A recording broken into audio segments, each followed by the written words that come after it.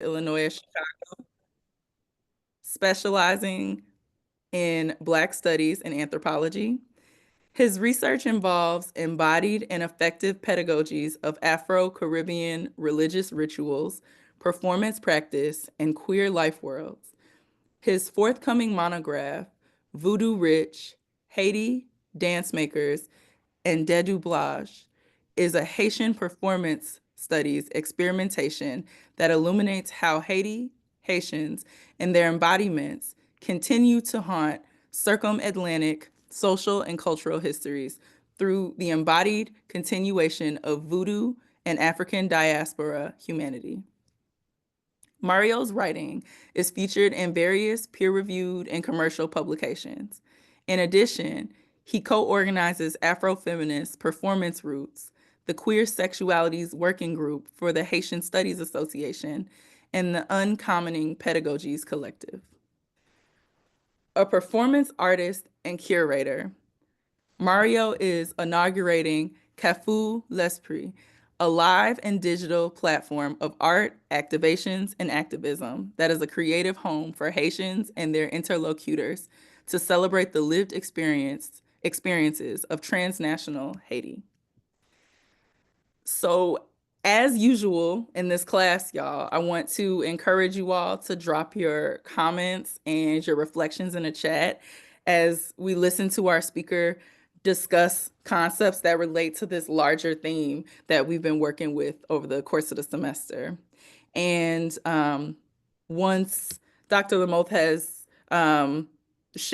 offered all of his comments, then we'll get started just asking questions and really just being in conversation with one another. And so I want to just encourage you all to be, taking your notes and jotting your comments and reflections down in the chat. And then when we get to the conversation portion, of course, I want to welcome you all to come off mute and say your questions out loud.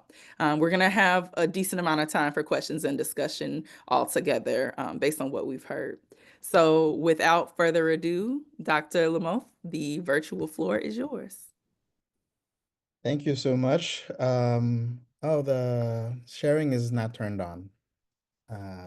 But thank you so much to you all for inviting me. Special thanks to Megan, Tiffany, for sure, Megan, Veronica, Venus, and Caesar. Thanks so much. Am I good now with the share? Good now. Cool. All right, let's see what I have. Here it is. Share. Can you all see the screen?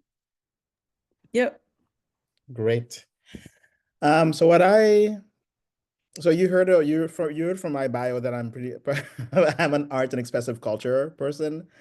And I work on queer life worlds in Haiti with the LGBTQ population in Haiti.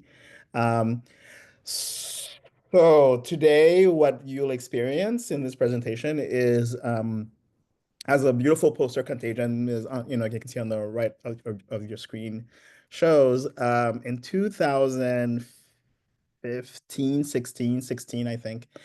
The Black Cultural Center, UIC's Black Cultural Center, commissioned me to work on a project. They'd known that I was, as part of my research, I had worked in Haiti with doing health education with men who have sex with men in Haiti. They knew that I had an interest in really in my research, I always wonder about the remedies, the social remedies, how communities come together to resolve their issues, or at least put some ideas into place on how to move forward. The idea that for me in my research that and even in my classes with students, I think I bring in the philosophy that a lot of us, especially people um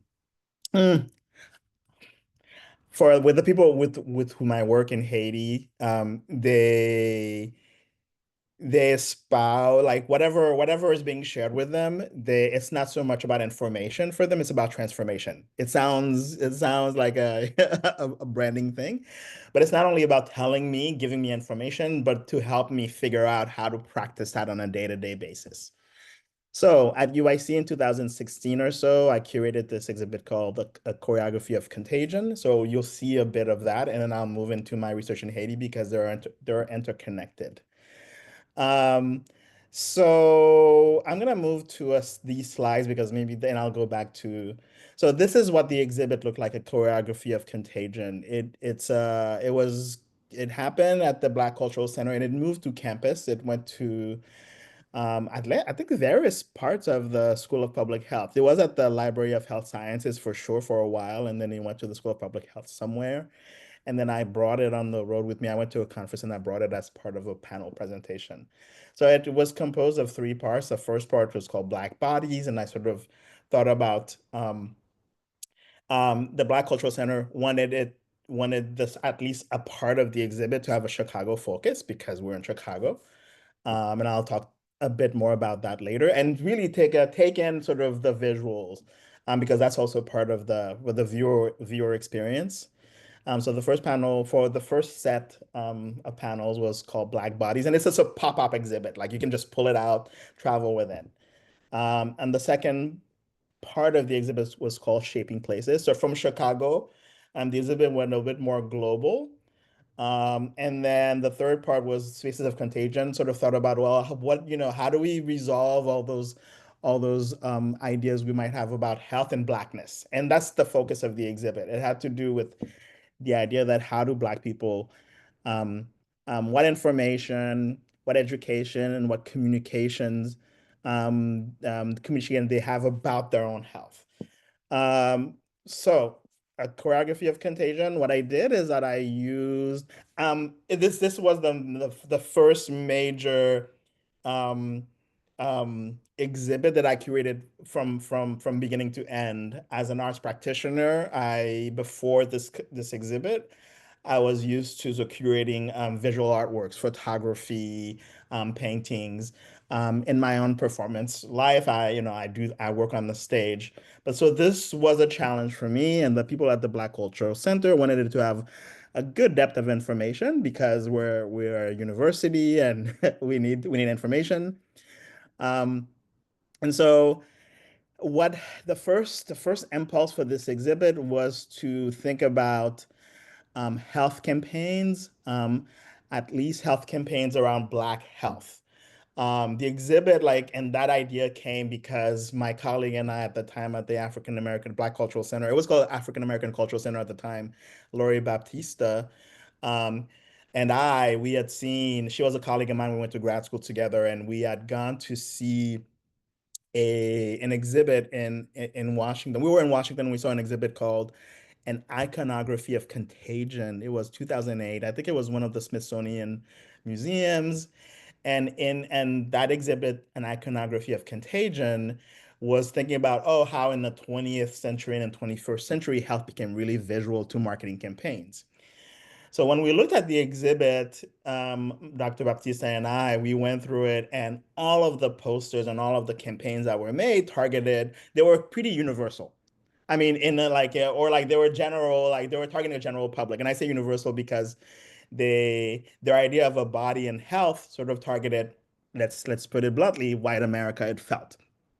And every once in a while there would be a reference to non-white, but not quite. And we can that's understandable in the early 21st, mid 21st, 20th century. So for us, we're like, well, where are the Black people? And how do Black people to like, and where are they, and how are they what communication happened around their health? Did they communicate with themselves? Did the state entities, health entities, local entities communicate with them?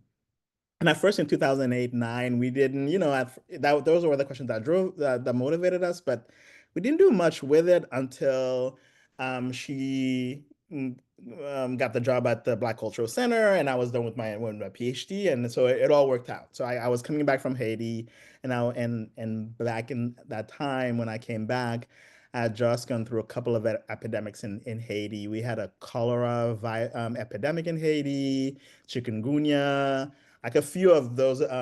Malaria was also rampant in Haiti at that time. So when I came back, I was explaining all the issues we had and how I worked in the health system there and how I helped devise a lot of communication material. So she felt it was a good thing for me to like bring that information to UIC. It's called a choreography of contagion because um, I'm as Tiffany read from my bio, I'm a performance arts practitioner. I used to be a dancer. I do theater now. And for me, I tell you, I'll go back to the exhibit. Whenever I go to museums, I feel like I'm moving with the artwork, whatever I see. I watch movement. I watch people move. And I could, like, when you go to a museum, I see the people move through the space.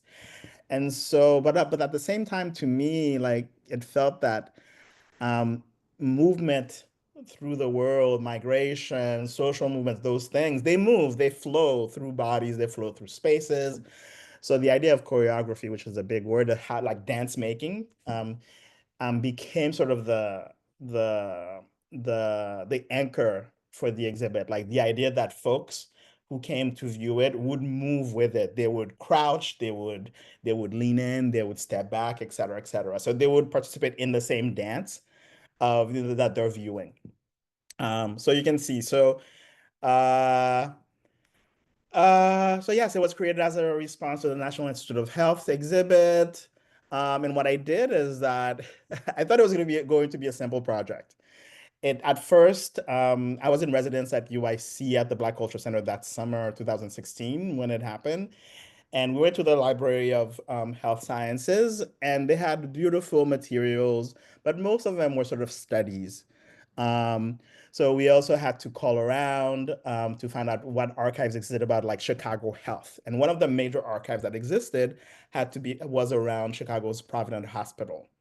Perhaps you've studied this already in this class, but the Providence Hospital was the first hospital in Chicago that catered for people by Black people, or by Black people for Black people. It was, do I have some dates? Let's see.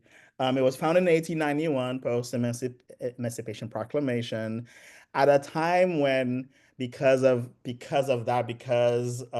freedom granted to folks here in the States, their health was not really taken care of by the government anymore because they're no longer enslaved, they're no longer the property of, I mean, and I'm going to use that word because that's how it's used in the archives. Once they were thought to be free or said to be free, that their health was in their hands in a system that already discarded who they were and made them very disposable. So Chicago Providence Hospital became sort of an anchor for the first panel, this panel.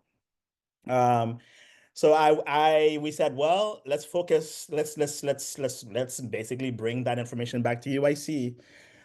So we went through the archives, newspaper clippings, photos, boxes of a lot of marketing material. There's a Chicago State University had an archive there. I think somebody who worked at Providence Hospital donated their own archives. So that's number one. Then so we had beautiful archive, I had boxes and boxes of stuff to collect from photos, newspaper clippings around how Providence Hospital was organized in 1891. It was meant to be a training ground for nurses in Chicago. And actually, like the first nurse, I think, her name, Emma Reynolds is known as one of the first, like, graduated out of the first class of nurses at Providence Hospital and was the first Black woman to attend Northwestern University Medical School. Providence Hospital was known like Dr. William Hale, Dr. Daniel Hale, I believe, who was the founder, is said to have performed the first open heart surgery at all in the U.S. He was basically a patient came with a knife wound and with chest open, so he opened the chest and sort of sutured the lining around the heart. So that's considered one like the first like heart surgery in the U.S. At least the way he did it, right? So Providence Hospital had a great deal of sort of backup behind it. Chicago communities fundraised for it. They took it as a source of pride. It was on the south side of Chicago, 29th Street in Dearborn, I believe. And for a while, it was for Black people only. It was still segregated in the United States, even in Chicago. So mostly Black people went to Providence Hospital, and later on it opened to the general public. So what I tried to do is to show that here's a bit of history that nobody talks about through Providence Hospital, um, and that was doing great strides that really sort of amped up, amplified, like trained a lot of folks, Black folks, to take care of their communities. Uh, and I'll just move quickly through the slides. The second one, then, from Providence Hospital, I went more globally. There, like I really like I this is the part of the research where I was completely involved in the idea, like around 2015, 16, 14, 15, 16, there were all these epidemics that were happening in the world. Ebola, malaria, um, chikungunya, cholera, all of these epidemics. And when they happened, of course, who were the populations that were deemed to be the vectors of those epidemics were always Black folks. Ebola was in sub-Saharan Africa, malaria, predominantly part of the Caribbean and also Africa, West Africa. Um, Cholera was an epidemic that happened in Haiti. And chikungunya happened pretty much in the global South. Um, but the thing about all of those, um, uh, a few more. Measles, for example, there was a measles outbreak that happened at Disney World. I think it's in like Orlando, not LA.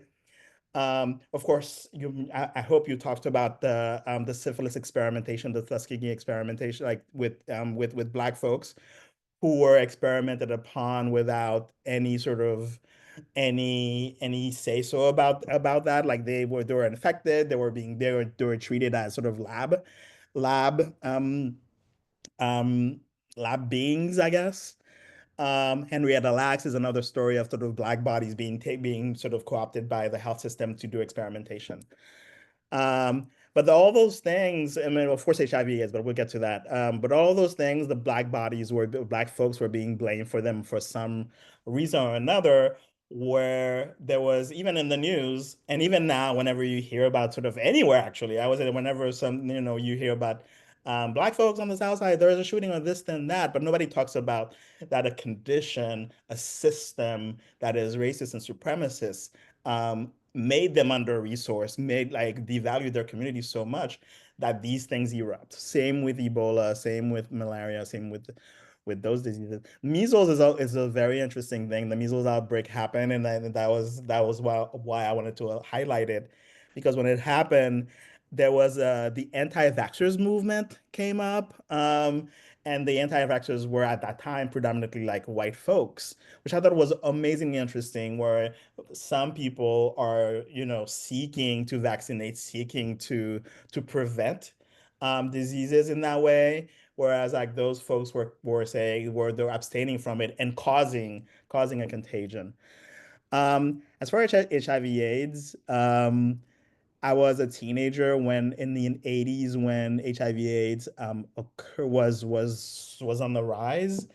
And at that time in the 1980s, before HIV/AIDS was so called, it was called 4H. 4H standing for homosexual, heroin users, hemophiliacs, and Haitian, right, in the 1980s. So you have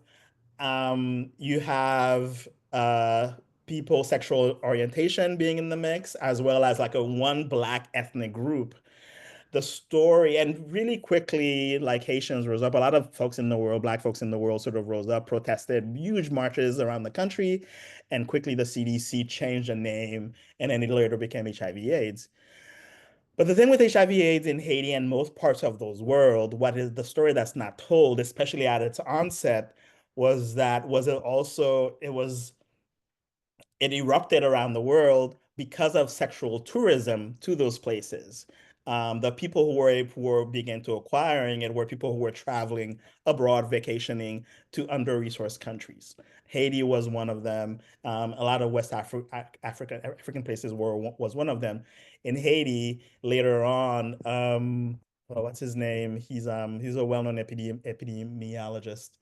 Um, he basically made like he made the case and showed evidence that it was due to sexual tourism to Haiti. Queer men would go to Haiti, and they would meet with bisexual men for transactional sex, unprotected sex, which then spread like wildfire in a population that wasn't ready for that sort of to protect themselves. And of course, without the protection, without knowing what it was, it sort of evolved. And a lot of Haitians at the time were boat people, took the boats to Florida for financial security, et cetera, like migrants are doing these days. But when they got to Haiti, they were tested, they were found to be HIV positive. So they were blamed for that.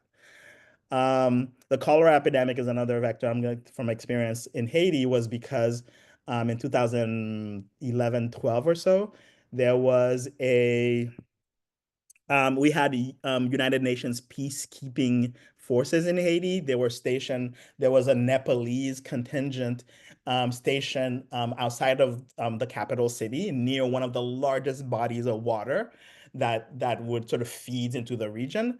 And so they built their sanitation spaces near the water, and apparently one of their tubes or whatever conduits broke and sort of like funneled into the system, into the water supply. And they had cholera, and some of them had cholera, and so the cholera basically people drank the water. Sometimes they boiled, sometimes they didn't. So whatever they said, so that's how cholera spread throughout Haiti. But those stories were never mentioned, and so I wanted to bring light into that. The idea that AIDS is a white man's disease is also because forever and a day when I was in Haiti, and still happens because of the sort of the syphilis experimentation and the Henrietta Lacks experimentation. Some folks in the white community would say, well, like AIDS is not for us, especially in the US. Like this is a white man's disease because Black folks have too many problems to deal with, et cetera, et cetera. So this is not their disease. So there was a huge campaign around that. It's all of our diseases. And then the third panel, species of contagion. Um, I couldn't feel like, the idea of like figuring out like what remedies exist around these issues. There wasn't too much conversation about that. Of course, it was self-care, healing, preventative measures, et cetera, et cetera. But one of the things that I really loved about that I found at UIC was I think it still exists as a cure violence. Um, program, whereas folks like basically like the cure violence program like looks at sort of violence as a disease, something that's contagious. And so what if you apply sort of a health methodology to violence? What would that garner? And I think that's a program that's really successful in sort of thinking through violence as sort of an epidemic in and of itself. Um, Overall, I feel like I think when you look, so yeah, as I said, it's people are meant to move with the exhibits. There's a way. What we found also is that at first I thought there was nothing, and then I found there was a lot. And so at one point with the graphic designer, when we are trying to figure out what to do, the graphic designer said, well, if the point is to show that Black people do take care of themselves and market themselves and promote their health in their own ways, why not just plop everything onto the canvas or onto those panels, but however, highlight the messages, the big messages I would like to forward. And that way, so folks could go, like, for example, if you look at the Strange Roof panel, you could read sort of that, you could read the lyrics from that song, very obviously. But if you wanted to go closer, you could look at the fine print behind those songs. So that way you would move with the exhibit, you move up and down. You can go as far as lower to the ground. You can get on a stool and just look up if you wanted. So to bring in the idea of movement and contagion with the exhibit. Um, I'm gonna move forward. And so the next part of so how is that connected to my previous work? So well, I'm not a health specialist, and I'm very clear about that. I'm a humanist, I am an anthropologist, and I study collectivities and how they take care of their well-being and wellness. That's how I entered my field. And but from 2011 to 2015, when I was doing research in Haiti, I had lost Northwest. I went to Northwestern University, and they asked me to come back to TA. And I thought, I'm home. I was born in Brooklyn, New York, but I grew up in Haiti. So I was like, I'm home, and I'm gonna stay here for a while. So my funding got cut off, and I BS my way into a job in the health sector. Literally, I was really good at gender and sexuality studies, and I knew how to do participatory research. Um, but there was a job at the state, the Department of Health in Haiti was an education program for LGBT, for men who have sex with men. Because Haiti is homophobic and transphobic, the job had been posted for about 6 months, and either people applied for it and they weren't the right fit, or people didn't apply for it. Like they couldn't get the right match, and the person had to speak at least English and one of the local languages, which is French Creole. Um, and they didn't have to be queer, but they knew that they were going to work very closely with queer populations, and that's why the job was posted. Nobody took it. I applied via a friend, and I within a week they like, here, we need to get this program underway. It was being funded for 5 years by the United States Agency for International Development.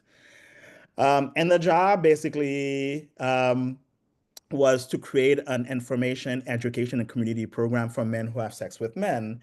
Um, and I began to work with this company called COV, Fondation COV, that provided services to the LGBT population, education, psychosocial support, STD testing and accompaniment, et cetera, et cetera.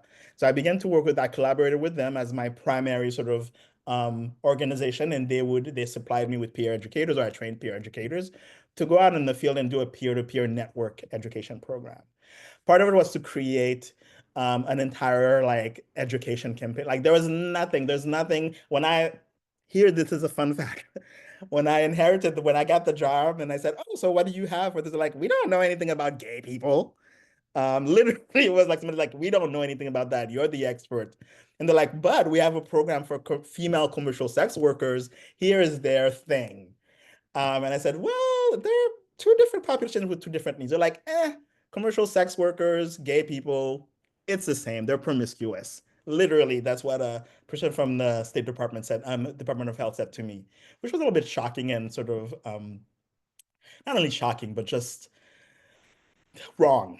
In any case, so right from the get-go, I work with a marketing manager of the organization to create like a poster, a lot of sort of health tools on the ground. This poster on the right of the screen in Creole, it says "Mouiller la pibon." It means it's better wet. So I tested the entire marketing tool, communication tool, education tool with my peer educators.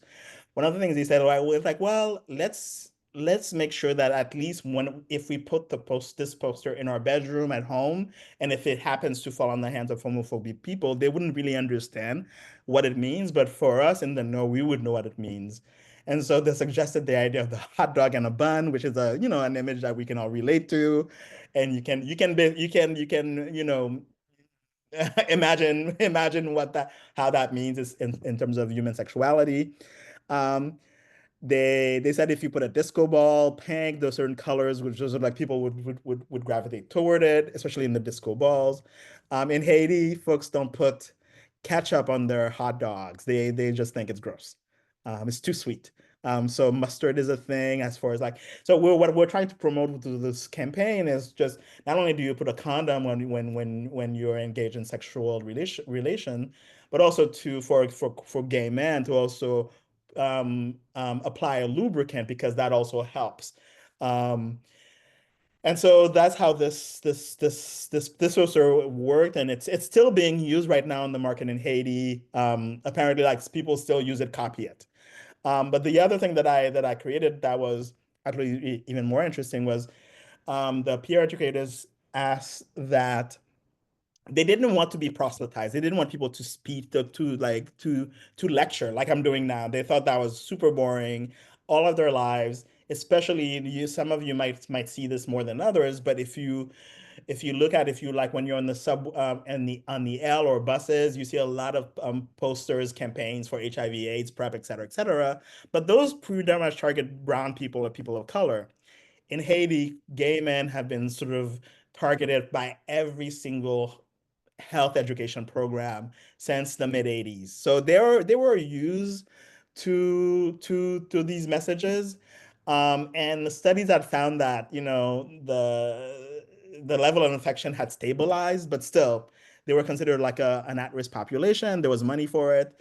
So they didn't want to be lectured, was one of the things. So I created a board. We created a board game, like a Chutes and Ladder type board game, in which like it sort of talks like basically they have to do a demonstration, condom wearing demonstration. At one point, one of the you see like the little man is it's a demonstration. You start demonstration. The question mark is sort of like a surprise question, like a sort of a quiz. Um, they have to when you fall on the stop sign, you basically lose a turn. The ear is for it's like tell me a story. So somebody will tell a story about like a sexual experience they had where they did or did not wear a condom and lubricant, what happened. And then so forth and so on. Your conseils amis, like basically give an advice to a friend. So all of it was meant to be, done in a very fun atmosphere, and they love this game. The point of the game is that you can work in team depending on the group, or you can play solo. Everybody has to finish. You know, if I finish first, I have to continue. I have to wait for my peers to finish. Everybody has to finish the game. They can help each other out to finish the game, bringing the idea of collective support. All the cards are written in Creole, so it was widely read by the population. French is the official language of Haiti, but French as the official language of Haiti is really only spoken by, I want to say, 20-30% of the population because it's the language of the educated and the elite. Creole is widely spoken by everyone. But the reason why, but so they wanted a fun sort of setting to play and perform and just be with each other because they felt that, you know, this is a country in which people need to feel sexually liberated as they feel safe. But part of it is not only wearing a condom and lubricant, but part of it is to feel whole in themselves, to be with to feel whole in themselves, to feel that when they enter their homes, especially gay men, that they're not being berated by their parents. They're not suffering from any homophobic and transphobic violence. And so part of the game was that there needs to be joy and fun, um, and to celebrate their lives and really their ideas of sexuality. But most of my population was contending with a lot of issues, homophobic issues nationally. In this slide, you see around 2013, 14 actually, when France and the US had ratified sort of legalized gay marriage. Those ideas were also being trickled down to Haitians. And so a lot of Haitians demanded that they also have voting rights. Like they wanted to be legally married, which the Haitian state, religious and moral leaders just stopped. Um, and so there were lots of anti-homosexuality campaigns in Haiti, to the point that this photographer Josué Azor, who does beautiful work, he began to document my education sessions, which you're seeing here. Sometimes a session could begin, if it's a 2-hour session, we would do like 1 hour of sort of talking and chatting and playing a game, take a break, and there would be like a drag show of performances, et cetera, et cetera. But what he also documented was an altercation between, this was one of my beneficiaries who went to a gay engagement ceremony, um, and the gay engagement ceremony got torched. The population basically rose up and burned the grounds and burned the cars. Nobody got hurt, but they barely escaped with their lives. And so this is sort of the condition in which I began this work with LGBT folks in Haiti, thinking about their overall health. And I'll stop here for now because I can go on and on.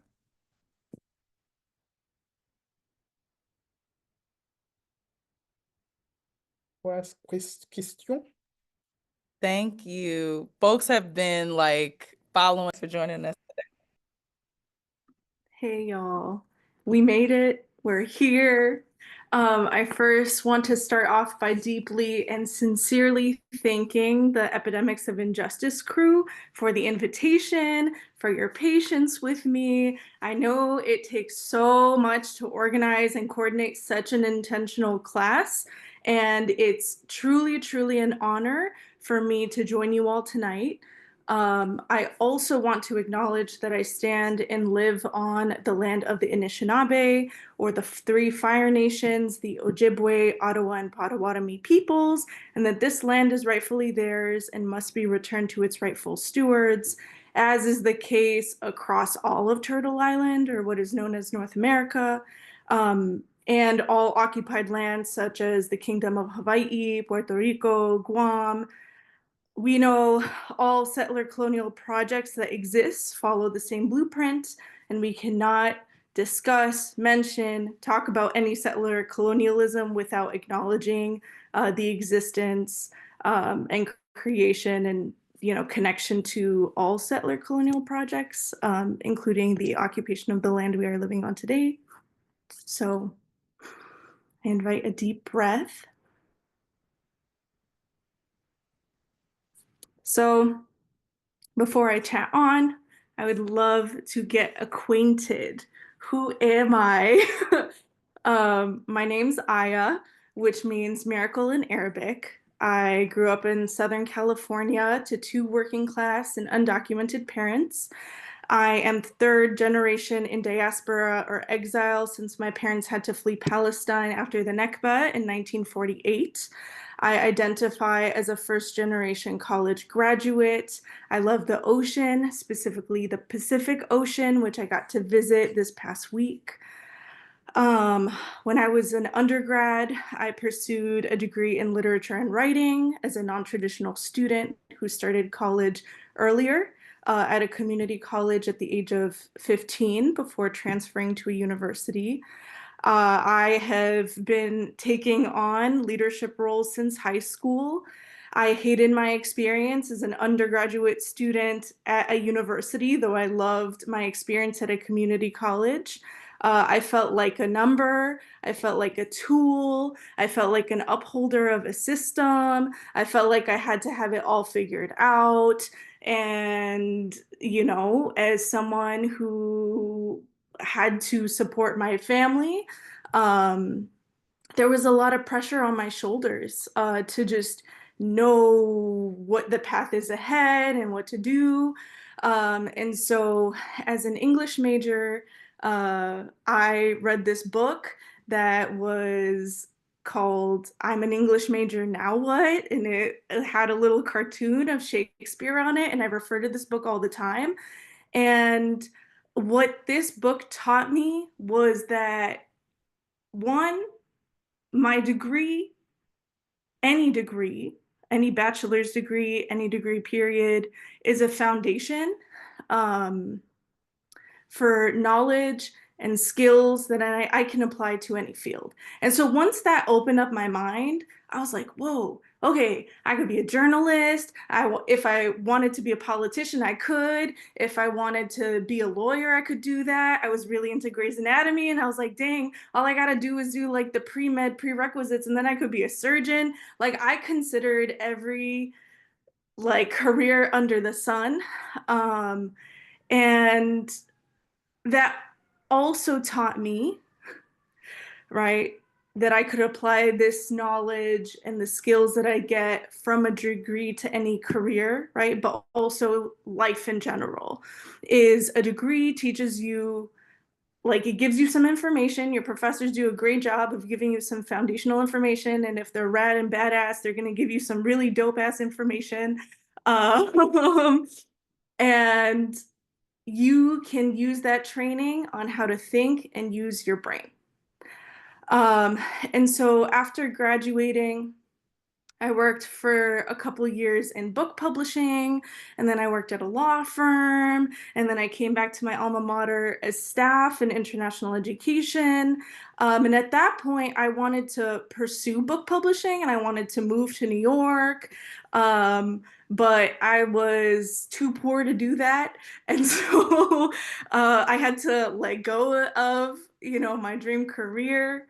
And instead, I decided to stay in California, pivoted my plan, wanted to instead go back to higher education. And you know, I wanted to be the person who got me through undergrad for other people. I wanted to be there for students who had similar identities, lived experiences as I did. And so I came back to my alma mater, and I went on to pursue a master's in higher education and leadership and student affairs. It's a super long title, and it's so funny because on the diploma, it just says Masters of Education. Uh, True fact. That being said, right, so when I went back to school and I pursued this degree, I went back with a lot of pain in my heart. And that was what was fueling me. And, you know, like I said, I let go of my dream career. I had to change my 5-year plan. And what that degree taught me, which I'm very grateful for, is that academic institutions are organisms, right? We know this land, these institutions are built on genocide. We know they uphold all the isms. And what does an organism do to survive? It evolves, it changes its face, it learns some language to stay with the times, but it's still the same organism. And it's in the network of some other organisms. And these organisms uphold the same siloed, individualistic system that it's around, that it thrives in. And now, as speaking as someone who has now benefited from having 2 advanced degrees, um, you know, and has gone through an evolution of believing I can work within the system, to now believing in like, okay, like if we want to do inside outside strategy, like really, I could spend so much time talking about that. And I really think that would be a whole other conversation. But I've been sitting a lot with the Audre Lorde quote that says, the master's tools will never dismantle the master's house. And I'm sure some of y'all have heard of that quote. But all that is to say is that these degrees, these institutions, there are a lot of parallels and connections, and it's really important to pay attention. Pay attention how they move, pay attention how they react and how they respond. And in this moment, right, with so much going on, like I remember reading a tweet that was like, it was like, I'm tired of living through historic events. Yeah, me too. I'm real tired. And it's right, just constant historic events. It's constant big events. And I think in this moment, it is normal to be afraid. That is a human emotion. And especially in the environment we are in, that is no longer just about censorship. It is so, so normal to be afraid. What's also true is that we have seen this in history before. What's also true is that the same people who are creating and instilling this fear are also afraid. The same people who are instilling all this fear are also afraid, but in a different way.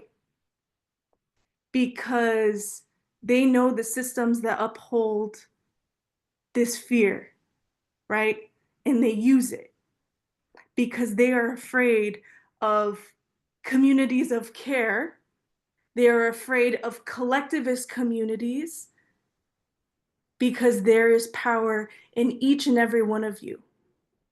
And for those of us in these systems, you know, I used to teach workshops on power and power building within students. And so there was this like one framework on different kinds of power and what that looks like. And since January 20th, and paying attention to how people and institutions are reacting and complying before they need to comply, whatever compliance means in this context, right?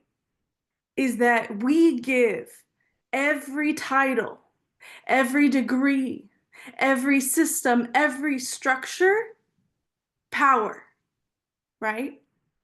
Through belief. We give all of these things, which are human created, power. And I want to sit with that. What does it look like to feel empowered? What does it look like? What does it feel like to feel empowered? Right? What does it look like to have power over? What does it look like to have power with?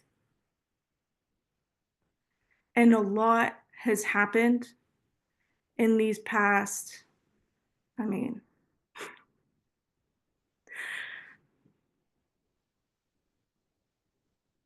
I'm like, do I say 2 years? Do I say since the start of the pandemic? Do I say, like, what do I say? So much has happened, but we're alive. So stuff doesn't stop happening, right? And things will continue to happen because we are alive and we are living and we are a part of history. We are a part of our own history. We each have our own history. We each write our own story because that's what history is, right? There's like the whole history with an X, like, and who's telling the story? Who's telling your story? Who's telling our story?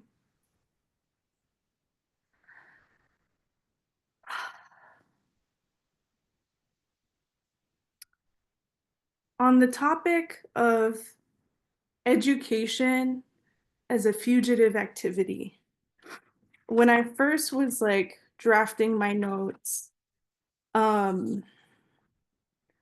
I started thinking about the context of education in this country in this current moment. I started thinking about, right, how children are socialized, right? These are early messages we have, social identities, and so on. Started thinking about like the K through 12 system. I started thinking about higher education. Obviously, Gaza is on my mind and heart, but in the context of this country, um, kids shouldn't have to be afraid, or they shouldn't be afraid to go to school. Parents should not be afraid to send their kids to school.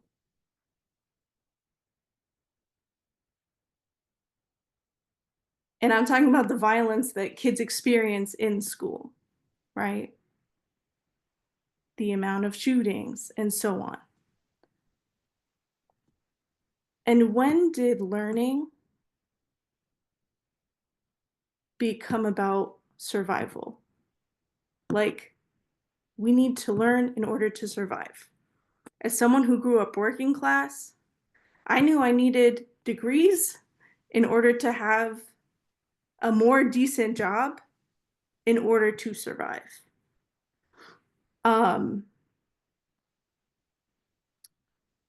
And as we think about censorship and the type of education, just the environment of education and education systems in general right now, it's intense. And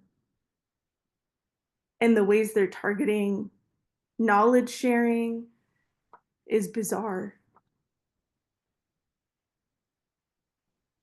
That being said, This is not new. Something I've been thinking about is, one, I gotta start reading more. That's one thing.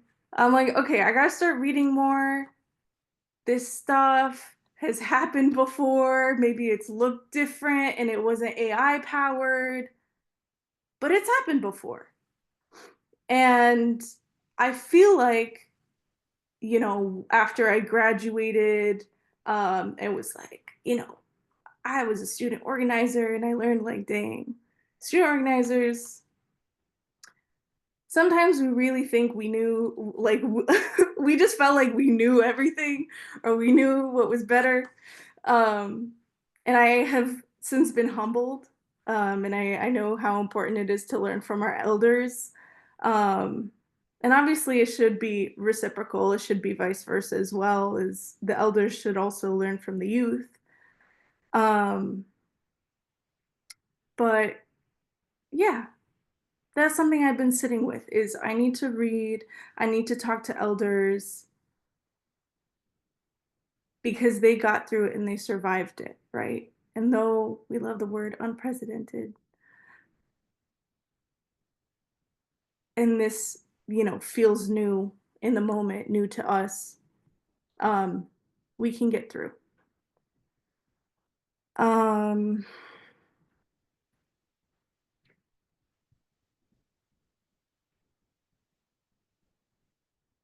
I'm going to share this story because my dearest friend Caesar asked me to share. Um, so when the fall of the Assad regime happened in Syria, I have a friend who was able to visit for the first time. And they were talking about, so it was them and their sibling, and also their father was able to visit. And he had been exiled. And the Assad regime, right? You want to talk about censorship, you want to talk about authoritarian, you want to talk about all of that. That was their experience. And I won't share the horror stories, but think about the reality we're living in today, but like upheld for how many years? And then to be exiled and to return. And so they were able to visit. They were able to visit Surya for the first time. Um, their father was able to return for the first time in I don't know how many years, since he was, quite young. I would say like either early 20s. And he had hidden these books. He had hidden these books. The father had hidden these books. And it was about topics that were censored. And was like, this is what we had to do. And to be able to return and see these books and be able to, like, go back to his homeland, for him to reconnect with his relatives and siblings, and for my friends to connect with their aunts and uncles and family members who they had been separated from. Um, incredibly, incredibly powerful. Um, and they shared, a lot of their experience on like their Instagram stories, and, they were telling the narrative in that way. But, oh, yeah, these books. The father remembered these books. Um, that was for you, Caesar. um, I'm going to share something that I wrote in 2018. This was after I had graduated and was like doing the post undergrad thing and trying to figure things out. I was inspired by a quote that said, The truth is, when you leave college, you leave the tightest, largest concentration of people your age. You'll have to fight for community, seek it out, be deliberate. Being a student means being in a world and culture. Okay, so that was a quote. Now begins what I wrote. Being a student means being in a world and culture where the internal and external expectation is to expand in knowledge and soak up all that is offered. Skills ground us in that knowledge. A world with student trends and just student things and exhaustion culture and stew dying at coffee shops and memes and whatever they come up with next. I don't know. I don't know what's in these days. I try.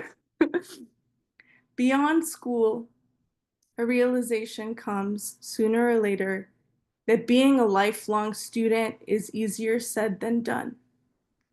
Engagement in genuine, thought-provoking conversation is muddled in polite small talk about weekend plans and the weather and about how slowly or quickly the day is passing. When looking back, days, months, years pass, and in the blink of an eye, no joke. In all honesty, it's arguable that it depends. It depends on the kind of labor and environment that occupies our time. At some point, a realization hits. Life will hands down give us the best, not to mention free, education that we never freaking asked for. Our syllabi are constructed by who we surround ourselves with and what we feed our minds. We'll find themes in figures and experiences, energy and emotions, where we must remember that energy and motivation is never lost. It just takes forms. Fave part of it all? Proving what we've learned.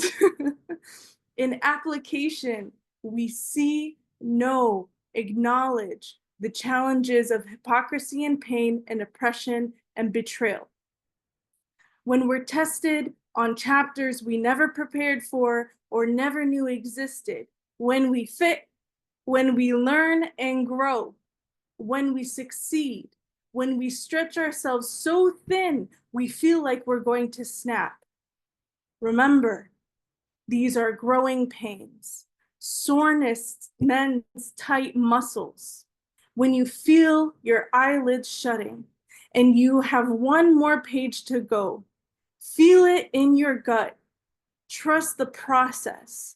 When your heart rattles, wanting out of your chest, when your lungs feel like they're going to give out, push, push, push.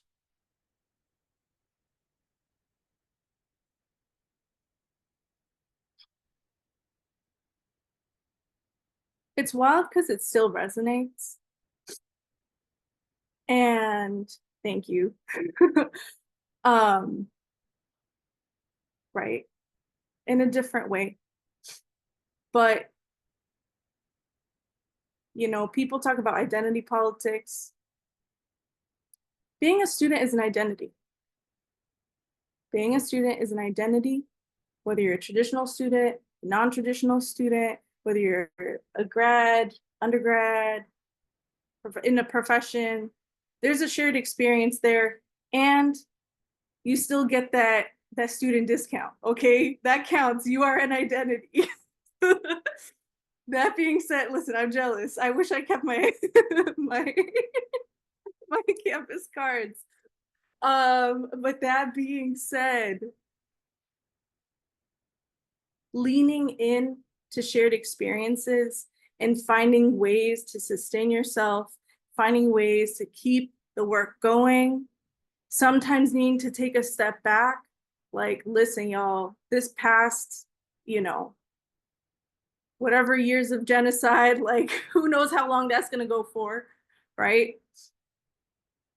I have felt the range of emotions. I have felt like I have nothing, like everything from like I have everything to offer the movement to like I don't know if I have anything to offer the movement. But at the end of the day, Like, I've moved with the waves. I've had some really low points. I have felt extreme fear. I have felt extreme, like, lack of confidence in being able to make a difference. I have felt like, who are they going to abduct next? These are realities. But it's also what they're banking on. And it's not to deny the huge range of human existence and feelings that happens with all of these events that happen around us, to us, in our lives. Life keeps lifing, family, you know, friends die. Like, life continues even when the world around us is happening, right? And it's important to hold space for that grief. Because if you don't move through it, if you don't transmute this energy of emotion, it remains within. And so the Aya that entered their program, their master's program, who held a lot of pain, who was really mad at the world, who was deeply grieving, had to learn through a lot of therapy, a lot of mistakes, a lot of growing, how to do that. And I'm still learning. What do they say? Healing is a never-ending journey. You don't just arrive at a healed place. Life happens. Life's hard. We experience so much trauma. We experience so much as human beings. It's a part of the human experience.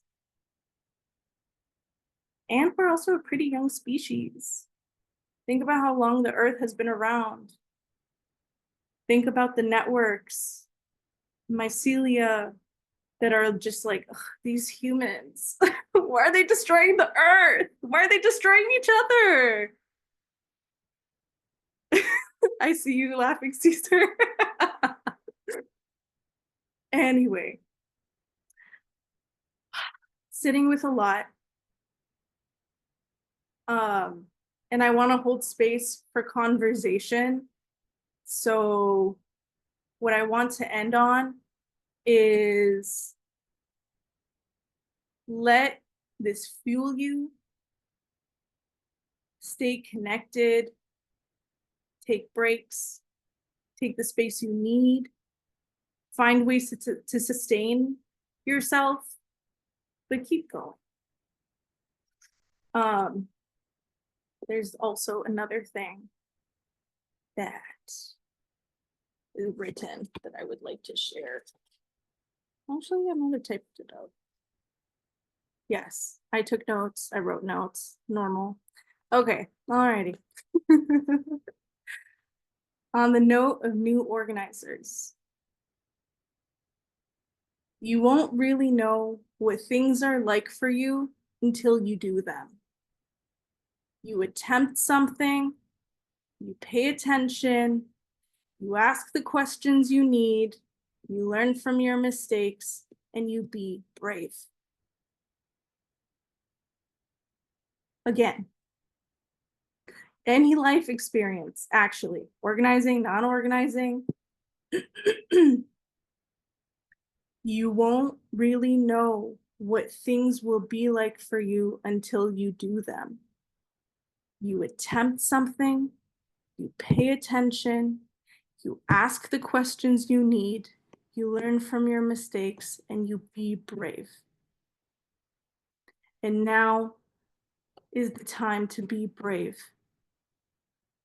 Each and every one of us need to be brave in whatever ways you can. We have different lived experiences, different privileges.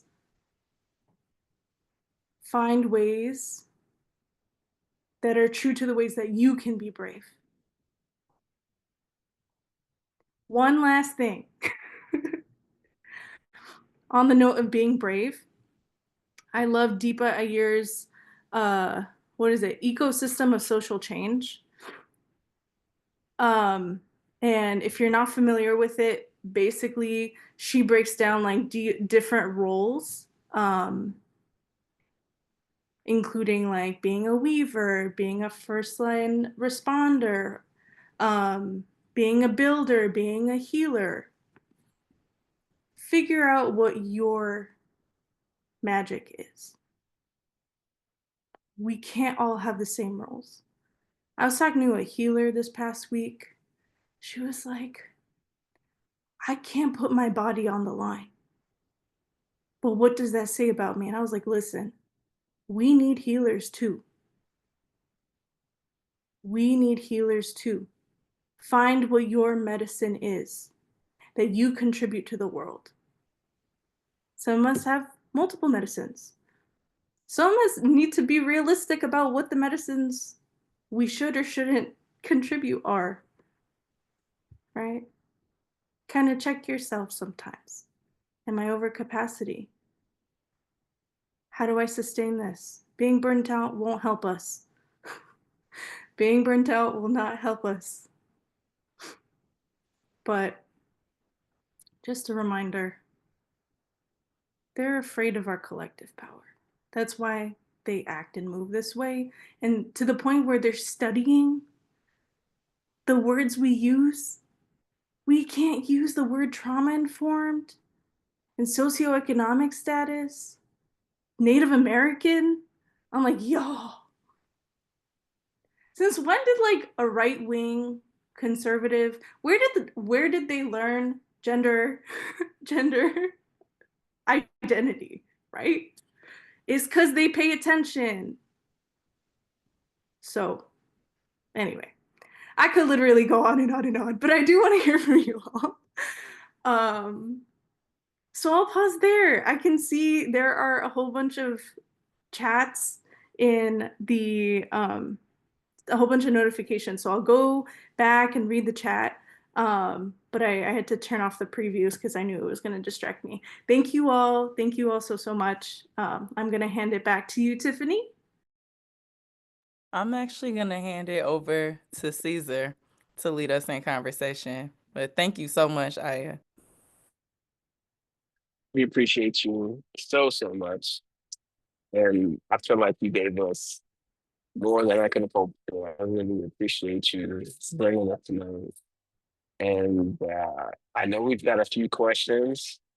And anything you see in the topics you want to comment on, feel free.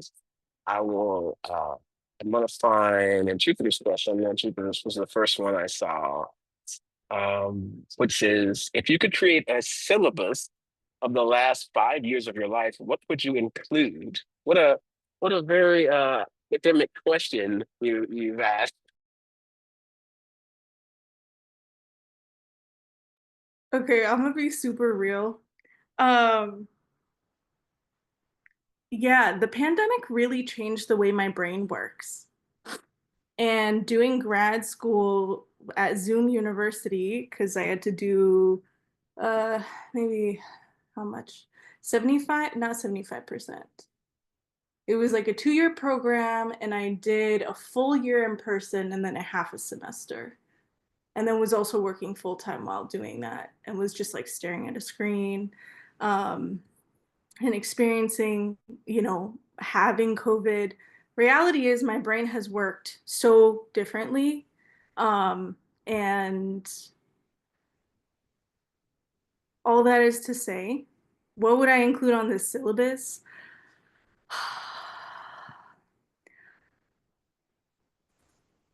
I feel like the things on my syllabus are lived experiences.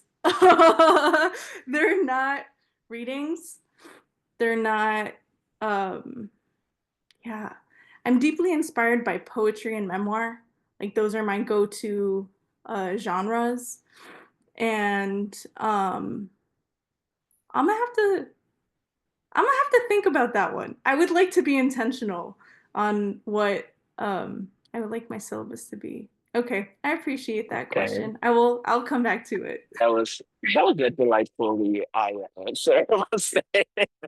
I love that. I got two more questions for you. Also, I want to check. So sometimes we don't record the Q&A part. Do you want to keep recording?